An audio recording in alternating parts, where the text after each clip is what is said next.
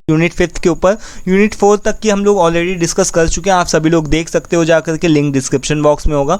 तो अभी हम बात करते हैं यूनिट 5 के ऊपर। यूनिट 5 में जो आपका मेनली जो यूनिट है वो आपकी consumer protection act and IT act के ऊपर है, ठीक है। जैसे यहाँ पर यूनिट के नेम से ही पता चल रहा है कि कंज्यूमर, जो कंज्यूम करने वाला है, जो कस्टमर है, उसके खिलाफ जो भी उसके पक्ष में बात करी गई है, उसके राइट्स के बारे में बात करी गई है कि उसके जो भी अधिकार हैं, अगर उसको कोई भी दिक्कत समस्या होती है तो वो किस तरीके से कहाँ पर उसको जो भी कहाँ पर वो जाकर के केस फाइल कर सकता है, दर्ज कर सकता है, कौन कौन से स्टेप्स ले सकता है, ये सभी चीज़ों को देखेंगे इस यूनिट के अंदर। एंड आईटी एक्ट, यानी आईटी एक्ट के अंदर हम बात करेंगे कि मेनली जो आपका जब भी हम डिजिटल ट्रांजेक्शन वगैरह करते हैं तो उसमें क्या क्या किस किस तरीके की दिक्कतें आती हैं और क्या क्या स्टेप्स लिए जाते हैं, ठीक है। तो अभी हम बात करते हैं, हमारा सबसे पहला टॉपिक है consumer protection act. The consumer protection act 1986। तो ये क्या है, ये हमारा सबसे पहला टॉपिक है दोस्तों। कंज्यूमर प्रोटेक्शन एक्ट क्या है, ये एक तरीके का इंडिया के अंदर लॉ है, ठीक है। जैसे आपको पता है कि हम लोग लॉ यहाँ पर लीगल एस्पेक्ट के अंदर लॉ पढ़ते हैं, तो यहाँ पर देखो कि लॉ है एक तरीके का, इंडिया के अंदर ये लॉ है जो कंज्यूमर प्रोटेक्शन एक्ट है, जो किसके ऊपर काम करता है, इस चीज़ों के ऊपर काम करता है। जो भी कस्टमर्स हैं, जो भी कंज्यूमर्स हैं, उनके राइट्स, उनके अधिकार क्या क्या हैं, उनके अधिकारों के, उनके अधिकार जो होने चाहिए वो एकदम फेयर होने चाहिए एंड फेयर प्रैक्टिसेस। मान लो कि उनकी जो भी क्वालिटी वगैरह से जो भी प्रोडक्ट वगैरह वो कोई खरीदते हैं और उसमें कोई भी क्वालिटी का इशू आ जाता है, या प्रोडक्ट वो खरीदते हैं उसमें कोई भी डिफेक्ट होता है, तो उनके अधिकारों के लिए वो कहाँ पर खिलाफ, वो अपने सेलर्स हैं उनके खिलाफ कहाँ आवाज़ उठाएंगे। तो इन सभी एक तरीके का ये रूल्स बनाया गया है, लॉ, नियम कानून बनाया गया है इंडिया के अंदर, जहाँ पर जो ये काम करता है मेनली आपके कंज्यूमर्स के राइट्स के ऊपर, ठीक है। जो कंज्यूमर है, जो खरीदने वाला है, कंज्यूम करने वाला है, कस्टमर है, उसके राइट्स के ऊपर, ठीक है। कि अगर आपको कोई भी दिक्कत होती है, कोई परेशानी हो सकती है, तो आप कहाँ पर अपने सेलर है उसके खिलाफ कहाँ पर आवाज़ उठाओगे, ठीक है। तो it gives a consumer legal rights and remedies, ठीक है। उसके राइट्स को देता है कि आपके क्या क्या अधिकार हैं। मान लो हम कोई सामान खरीदने जाते हैं दुकान में, और दुकान में जो भी हमको कोई भी मान लो सही से सामान नहीं मिला, कोई डिफेक्ट उसमें मिला, उसकी क्वालिटी नहीं सही है, ठीक है। तो अब हम क्या कर सकते हैं, उसके ऊपर केस फाइल कर सकते हैं उस पर्टिकुलर आदमी के ऊपर। अगर वो उसको आपके पैसे नहीं वापस कर रहा है, या आपको पैसे नहीं वापस कर रहा है, या फिर अगर वो जो भी आपने सामान लिया उसको नहीं वापस कर रहा है, तो उसके खिलाफ आप केस भी कर सकते हो, ठीक है। एंड रेमेडीज़, उसके लिए क्या क्या रेमेडीज़ हैं, कहाँ कहाँ पर आप जा सकते हो, क्या क्या कर सकते हो, ये सभी चीज़ों को हम इसके अंदर देखेंगे इस एक्ट में। तो द एक्ट एम, ये जो एक्ट है ये किस चीज़ के ऊपर एम है इसका मेनली, कि एम्पावर्स द कस्टमर्स, जो भी कस्टमर्स हैं, कंज्यूमर्स हैं, उनके ऊपर एम्पावर करना, यानी कि उनके अधिकारों की बात करना, उनके जो भी अधिकार हैं और उनके जो भी राइट्स हैं उनको सही तरीके से वो फेयर होने चाहिए। And improve the overall quality of goods, यानी कि क्वालिटी, जो भी गुड्स हैं उनकी क्वालिटी सही होनी चाहिए। And the services in the market, ठीक है। जो सर्विस है मार्केट के अंदर, जो भी सर्विस होनी चाहिए वो सही होनी चाहिए। ऐसा नहीं कि आप कहीं होटल में खाना खाने गए और खाना जो है वो सही से नहीं था, आपको पैसे पूरे पे करने पड़ रहे हैं और खाना सही से आपको दिया नहीं जा रहा है, ठीक है। तो ये सभी चीज़ें हैं। तो यहाँ पर इसका एग्जाम्पल है कि यानी कि एक आपने मान लो कि वॉशिंग मशीन को बाई किया, परचेज़ किया, और वो क्या हो गई, स्टॉप हो गई बहुत ही शॉर्टली आफ्टर द परचेज, ठीक है। मान लो कि आपने खरीद करके लाया, 2-4 महीने बाद वो काम करना बंद कर दी, तो आप क्या कर सकते हो, despite contacting to the seller for the replacement, आप उससे क्या बोल सकते हो कि उसको रिप्लेस कर दो, या वारंटी में तो इसको मुझे सही करवा करके दो। अगर वो उस रिक्वेस्ट को इग्नोर कर देते हैं तो द कंज्यूमर प्रोटेक्शन एक्ट 1986 के अकॉर्डिंग आप क्या कर सकते हो, आपके पास में ये राइट है कि आप उसके खिलाफ, कंज्यूमर के खिलाफ कंप्लेन दर्ज कर सकते हो, ठीक है। An appropriate consumer forum can order the seller, ठीक है। उसके खिलाफ मतलब आप उसके खिलाफ आप जो भी कि केस फाइल कर सकते हो। तो इससे क्या होगा कि जो आपको जो भी कंज्यूमर है वो एक फेयर प्रैक्टिसेस, यानी उसके खिलाफ जो भी होगा वो फेयर प्रैक्टिसेस होगी। अगर वो कहीं पर शिकायत नहीं कर पाएगा तो इससे जो सेलर्स है वो अपनी मनमानी करते रहेंगे, ठीक है। तो ये चीज़ है। अब इसके फीचर्स क्या क्या हैं, इसके फीचर्स क्या हैं, कंज्यूमर का अवेयरनेस, देन इससे क्या हो सकती है, कंज्यूमर के अवेयरनेस को बढ़ाना, कंज्यूमर के राइट्स के ऊपर बात करना, कोई भी वाद विवाद हो जाता है बायर और सेलर के बीच में तो उसको रिजॉल्व करना। अनफेयर ट्रेड प्रैक्टिसेस, जो भी आपके अनफेयर ट्रेड प्रैक्टिसेस हैं, मान लो कि कम माल आपको ज़्यादा ज़्यादा में दिया जा रहा है या फिर क्वालिटी के साथ में आपको समझौता करना पड़ रहा है, तो आप आवाज़ अपनी उठा सकते हो। एंड देन प्रोडक्ट स्टैंडर्ड्स को मेंटेन करना, बना करके रखना, ये मेनली इसके फीचर्स हैं। ठीक है, तो अब कंज्यूमर क्या है, कंज्यूमर के बारे में हम बात करते हैं। यहाँ पर देखो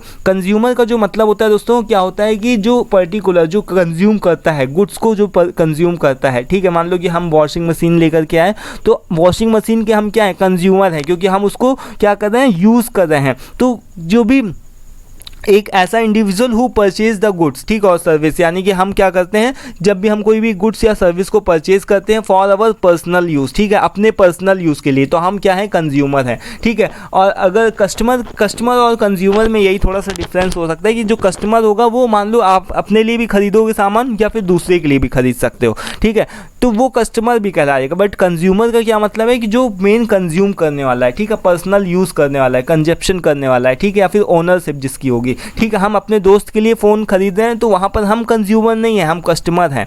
ठीक है, और बट अगर हम अपने कंज्यूम करने के लिए, हम अपने फ़ोन चलाने के लिए, खुद के पर्सनल यूज़ के लिए खरीद रहे हैं तो हम वहाँ पर क्या है, कंज्यूमर हैं। ठीक है, दोस्त के लिए खरीद रहे हैं तो कस्टमर हैं, और अगर खुद के लिए यूज़ के लिए खरीद रहे हैं तो वो वहाँ पर कंज्यूमर है। ठीक है, आई होप कि क्लियर है। देन इसके बाद में यहाँ पर कि consumers plays a vital role in the economy, और हमारी वजह से ही जो भी इकोनॉमी है वो भी बूस्ट करती है और हम इंपॉर्टेंट रोल प्ले करते हैं, क्योंकि अगर ख़रीदने वाला नहीं होगा तो फिर किसके लिए सामान बनाया जाएगा, नहीं बनाया जाएगा, उसको नहीं बेचा जाएगा। तो they have central rights, but हमारे राइट्स भी होते हैं, क्योंकि हम एक इंपॉर्टेंट रोल प्ले करते हैं, तो हमारे राइट्स होते हैं कि हमको सही से क्वालिटी गुड्स मिलने चाहिए।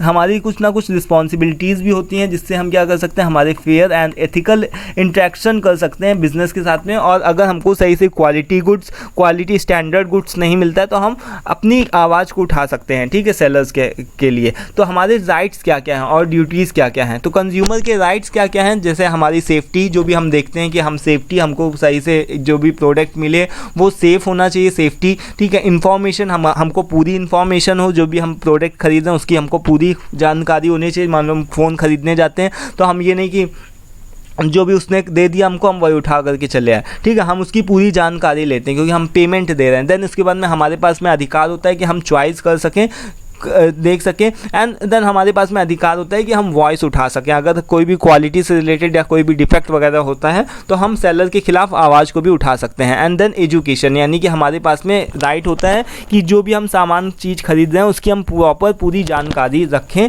और लें। ठीक है, इसी तरीके से कंज्यूमर की कुछ ड्यूटीज़ भी होती हैं। वो ड्यूटीज़ क्या होती हैं कि हम क्या करते हैं, गैदर इन्फॉर्मेशन बिफोर बाइंग। हमारी ये ड्यूटी होती है कि जब भी हम कोई सामान खरीद रहे हैं तो उसकी हम इन्फॉर्मेशन को देख लें, समझ लें कि क्या क्या है, क्या हमको फीचर्स मिल रहे हैं उस पर्टिकुलर प्रोडक्ट में। सेफ़ यूज़, उसका हम सही तरीके से सेफ़ इस्तेमाल करें। ऐसा नहीं कि हम फ़ोन खरीद करके लेके आए, दूसरे दिन पानी में डाल दिया, उसके बाद में फिर अपने अधिकारों के लिए लड़ रहे हैं जा करके। ठीक है, तो सेफ़, उसका सेफ्टी से यूज़ भी करो। ठीक है, देन रिस्पॉन्सिबल राइट्स, आपके पास में प्रॉपर राइट होने चाहिए। आप अपने अधिकारों का सही तरीके से सम्मान करो, और अगर कोई कहीं पर दिक्कत होती है तो आप जा करके केस फाइल करो। ठीक है, देन इसके बाद में रिपोर्ट इशू, अगर कोई दिक्कत समस्या होती है तो उसके लिए आप क्या करो, इशू को रिपोर्ट करो। ठीक है, देन इसी के साथ में इंगेजमेंट, यानी कि participation in promoting fair practices. और इसके साथ ही साथ में आपकी एक और भी ड्यूटी होती है कि अगर कहीं पर भी इस चीज़ को प्रमोट करना कि आपके साथ में फेयर प्रैक्टिसेस बने रहें, आपके फैमिली मेम्बर्स, फ्रेंड्स, सभी लोगों के साथ में। ठीक है, अगर मान लो कोई फ्रेंड है आपका, उसके साथ में कोई धोखाधड़ी हुई है, कोई सेलर ने आपके फ्रेंड को धोखा दिया, तो ऐसा नहीं कि वहाँ पर आप जा करके चुप बैठोगे। ठीक है, आप अपने फ्रेंड को बोलोगे, उसको इनकरेज करोगे कि वो अपने खिलाफ आवाज़ उठाए। ठीक है, तो ये चीज़ यहाँ पर कंज्यूमर राइट्स और ड्यूटीज़ में बताई गई हैं। तो अब यहाँ पर हमारे पास में नेक्स्ट टॉपिक क्या है कि consumer protection councils. Consumer protection councils का क्या मतलब है दोस्तों, यानी कि जो काउंसिल्स होते हैं, काउंसिल्स क्या है, यानी कि एक तरीके के परिषद, लोग सदस्य होते हैं, यानी कि जो भी सदस्य वगैरह होते हैं। तो कंज्यूमर प्रोटेक्शन, यानी कि कंज्यूमर्स जो भी हैं उनके राइट्स को, उनके अधिकारों को प्रोटेक्ट करने के लिए जो भी सदस्यों को नियुक्त किया जाता है वही क्या है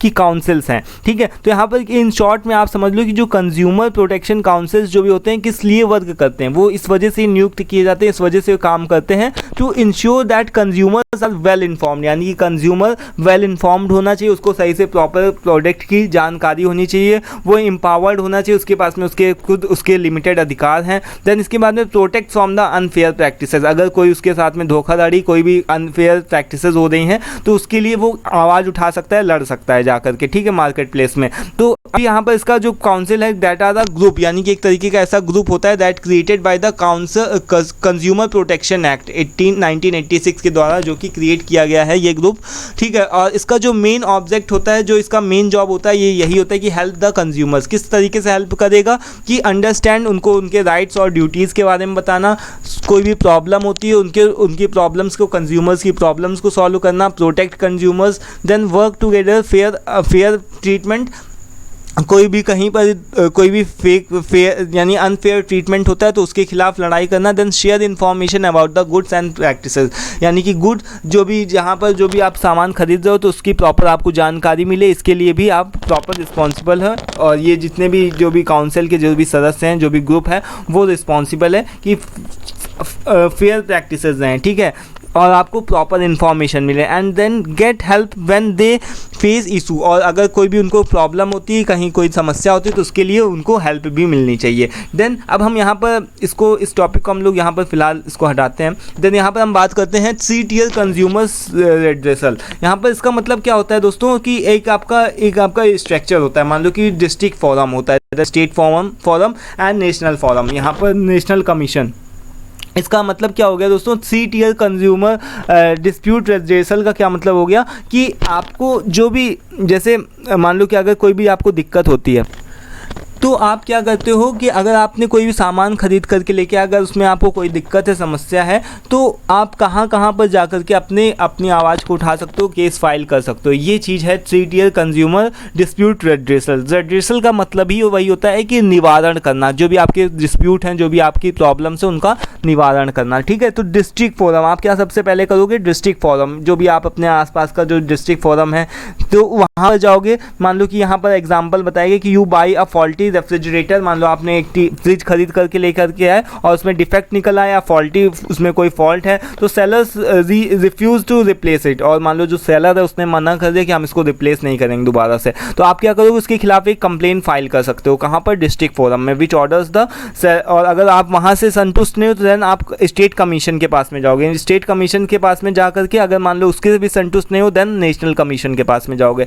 ठीक है। तो यही इसका मेनली यहाँ पर ये 3 चीज़ें हैं। सारी चीज़ें बहुत ईजी लैंग्वेज में लिखी हुई हैं, आप अपनी भाषा में पढ़ सकते हो। मेरा मेन काम यहाँ पर है कि आपको कॉन्सेप्ट क्लियर करना, ठीक है। तो यहाँ पर अभी देखो, अब हमारे पास में नेक्स्ट टॉपिक आता है, that is very important, that is information technology act 2000। Information technology, यहाँ पर 2000 एक्ट के अकॉर्डिंग यहाँ पर जो भी हम ऑनलाइन ट्रांजेक्शन्स करते हैं, ऑनलाइन चीज़ों को खरीदते हैं, बेचते हैं, इसमें भी कई बार क्या होता है कि दिक्कत और कॉन्फ्लिक्ट क्रिएट हो ही जाता है। मान लो कि ज़रूरी नहीं है कि जब भी, अब आज के समय में जो कंज्यूमर है वो ज़रूरी नहीं कि वो बाहर निकल करके ही सामान खरीदे जा करके, वो ऑनलाइन भी काफ़ी सामान को खरीद सकता है, ऑनलाइन चीज़ों को भी देख सकता है, ठीक है। तो अब जब वो ऑनलाइन इतने ट्रांजेक्शन्स हो रहे हैं तो ज़रूरी नहीं सारी चीज़ें परफेक्ट हों, ठीक है, कुछ ना कुछ अनपरफेक्ट भी होगा। तो अनपरफेक्ट जहाँ पर भी होगा तो उसके लिए उसका कारण है, अगर कोई भी समस्या है तो उसका निवारण भी है। तो इंफॉर्मेशन टेक्नोलॉजी को आप शॉर्ट में आईटी एक्ट बोल सकते हो 2000। और ये जो एक्ट होता है मेनली किसके ऊपर काम करता है, ये इंडिया का एक लॉ है जो कि डील्स करता है, किसके ऊपर डील्स करता है कि वेरियस लीगल एस्पेक्ट्स, यानी कि कौन कौन से एस्पेक्ट्स जो कि इलेक्ट्रॉनिक कॉमर्स, ठीक है, इलेक्ट्रॉनिक ई कॉमर्स के जो भी जहाँ पर से इलेक्ट्रॉनिक ट्रांजेक्शन्स हो रहे हैं, डिजिटल सिग्नेचर्स हो रहे हैं, डेटा को प्रोटेक्शन करना हो, साइबर क्राइम्स, अगर आपके साथ में कोई भी डिजिटल माध्यम से कोई भी धोखाधड़ी हुई हो, कोई भी आपका डेटा कहीं पर लीक कर दिया गया हो, इन सभी चीज़ों से अगर आपको कोई भी प्रॉब्लम होती है तो आप यहाँ पर आईटी एक्ट के अकॉर्डिंग एक तरीके के रूल्स बनाए गए हैं, वहाँ पर आप जा कर के अपनी शिकायतों को दर्ज कर सकते हो। It provides a legal framework for electronic transactions, digital signatures and cyber security, ठीक है। एग्जाम्पल के तौर पर यहाँ पर आपको बताया गया कि if you purchase a faulty laptop online, मान लो आपने ऑनलाइन एक लैपटॉप बुक किया और उसने आपको कोई फॉल्टी लैपटॉप मिल गया एंड सेलर जो है उसने इग्नोर कर दिया कि वो बोल रहा है कि अब हम इसको वापस नहीं करेंगे, ठीक है। टेक्नोलॉजी एक्ट 2000 के तहत आप क्या कर सकते हो, आप एक राइट स्टेप्स ले सकते हो and you can file a complain, ठीक है। और क्या कर सकते हो, आगे उसके खिलाफ आप क्या कर सकते हो, कंप्लेन को दर्ज कर सकते हो, ठीक है। Complain against the seller for the defective product, ठीक है, इसने आपको डिफेक्टिव प्रोडक्ट प्रोवाइड कर दिया और अब वो वापस नहीं कर रहा है। तो the acts validates the online transactions, वो सभी चीज़ों को, जो एक्ट होगा वो सभी चीज़ों को देखेगा प्रॉपर, कि शिकायत के ऊपर जो भी कंप्लेन होगा उसके ऊपर वो जानकारी देखेगा कि सही से कि इन्फॉर्मेशन को कलेक्ट गैदर करेगा कि इसने कितना पैसा पे किया है, डिफेक्ट क्या है, इन सभी चीज़ों के ऊपर बात होगी। देन उसके बाद में ऑफरिंग प्रोटेक्शन, और जो भी कंज्यूमर होगा उसको प्रोटेक्शन प्रोवाइड किया जाएगा, और जो भी एक डिस्प्यूट है, जो भी लड़ाई का कारण है उसका रिसोल्यूशन, उसका प्रॉपर उसको सॉल्व किया जाएगा। ठीक है, उसका रिसोल्यूशन यानी उसको रिसॉल्व किया जाएगा। ठीक है, तो ये चीज़ है बेसिकली। अब यहाँ पर हमारे पास में नेक्स्ट टॉपिक आता है, दैट इज़ ज्यूरिसडिक्शन है, बट इसको अभी हम लोग स्किप करते हैं, इतना इम्पोर्टेंट नहीं है। तो अभी हम लोग यहाँ पर इसका में जो एक और भी इम्पॉर्टेंट टॉपिक दैट इज़ कि की फीचर्स और यहाँ पर यानी कि जो इंफॉर्मेशन टेक्नोलॉजी आईटी एक्ट है 2000, उसके कौन कौन से की फीचर्स है। तो यहाँ पर देखो इसके की फीचर्स के बारे में बात करें तो इलेक्ट्रॉनिक ट्रांजेक्शंस होते हैं, डिजिटल सिग्नेचर्स होते हैं, साइबर क्राइम्स होते हैं, डाटा का प्रोटेक्शन करना, then electronic evidence and then government role, ये सभी चीज़ें इसका मेनली यहाँ पर है। अब हम बात करते हैं यहाँ पर नए टॉपिक के बारे में, दैट इज़ यहाँ पर डिजिटल एंड इलेक्ट्रॉनिक सिग्नेचर्स। जैसा आपको पता है कि जो कंज्यूमर है आज के समय में, जो भी पीपल हैं, जो भी लोग हैं, बहुत ज़्यादा समय क्या करते हैं, ऑनलाइन व्यतीत करते हैं। ठीक है, और हम क्या करते हैं कि हमारा जो भी पेन एंड पेपर का जो भी वर्क है वो अब हमारा धीरे धीरे कम होता जा रहा है। ठीक है, स्टूडेंट्स जो पहले बहुत ज़्यादा नोट्स बनाते थे, पहले बहुत ज़्यादा कॉपियों को किताबों को पढ़ते थे, अभी वो लोग धीरे धीरे शिफ्ट हो रहे हैं ऑनलाइन तरीके से, ऑनलाइन वो पढ़ते हैं। ठीक है, डिजिटल वे में पढ़ते हैं। ठीक है, जो उनको कॉपी पेन में जो भी पेन और पेपर के थ्रू वो नोट्स बनाते थे, अभी वो डिजिटल वे में बनाते हैं। ठीक है, उस तरीके से। तो डिजिटल एंड इलेक्ट्रॉनिक सिग्नेचर्स भी बहुत ही कॉमन है। ठीक है, ये एक तरीके का डिजिटल वर्जन है of a hand written signature, यानी कि हैंड रिटन जो भी सिग्नेचर हम करते हैं उसी का डिजिटल फॉर्म है। ठीक है, and proof who send to the document, and ये एक तरीके का प्रूफ होता है कि किसने डॉक्यूमेंट को सेंड किया। जैसे आप देखते होगे ना कि आप कई बार कोई भी फॉर्म वगैरह को आप फिल करते हो तो उसके बाद में नीचे एक ऑप्शन आता है कि आई एग्री। तो आप जब भी उसके ऊपर एग्री करते हो और अपने नाम के साथ में एग्री करते हो तो वहाँ पर एक तरीके का आप डिजिटल सिग्नेचर ही कर रहे हो। ठीक है, इलेक्ट्रॉनिक सिग्नेचर ही कर रहे हो। उससे आपको पता चलता है कि आप सारे टर्म्स एंड कंडीशन से क्या कर रहे हो, एग्री कर रहे हो। ठीक है, तो this helps to prevent the dispute and add security to online transaction. से आप क्या कर सकते हो कि आपने जो भी डिस्प्यूट है, जो भी आपकी लड़ाई झगड़े का जो भी लड़ाई झगड़ा है उसको कम कर सकते हो, एंड एड सिक्योरिटी कि आपने जो भी ऑनलाइन ट्रांजेक्शन किया है उसमें अपनी सिक्योरिटी को ऐड करना। Then it is a very secure way to electronic confirming the identity of a person और organization. It's very secure way. ठीक है, यानी कि यहाँ पर क्या है कि जो बहुत ही सिक्योर वे है, इससे आप किसी भी का भी बिना पेन और पेपर की हेल्प से आप क्या कर सकते हो, उसकी इच्छा से सिग्नेचर्स को ले सकते हो और देख सकते हो कि जो पर्सन हो वो अपनी पूरी आइडेंटिटी को शेयर कर रहा है आपके साथ में। एग्जाम्पल में यही चीज़ दिया गया कि मान लो एक कोई बिजनेस ओनर है, वो क्या कर रहा है, sign a contract with a supplier, वो सप्लायर के साथ में एक कॉन्टैक्ट के ऊपर साइन कर रहा है instead of printing, signing and scanning. ठीक है, ऑन अ कॉन्टैक्ट। ठीक है, वो प्रिंट नहीं कर रहा है, उसको स्कैन करना, उसको पेन और पेपर को यूज़ करने के बजाय वो क्या कर रहा है, डिजिटल वे में उसको साइन कर रहा है। ठीक है, तो इससे क्या हेल्प हो रही है कि digital signature apply to the document and indicating that's your review and agree to the terms, यानी कि जितने भी टर्म्स एंड कंडीशंस है वो सभी से जो भी बिजनेस ओनर है वो संतुष्ट है। ठीक, और उसके ऊपर एग्री करता है। तो ये क्या करता है, जब भी वो अपने डिजिटल जो भी सिग्नेचर होता है, जब भी वो सप्लायर को बैक करता है, भेजता है, तो यानी कि वो अपने सभी चीज़ों से उसके जो भी टर्म्स एंड कंडीशंस है उसके से एग्री करता है। ठीक है, तो ये बात है मेनली यहाँ पर ये चीज़ बताई गई है।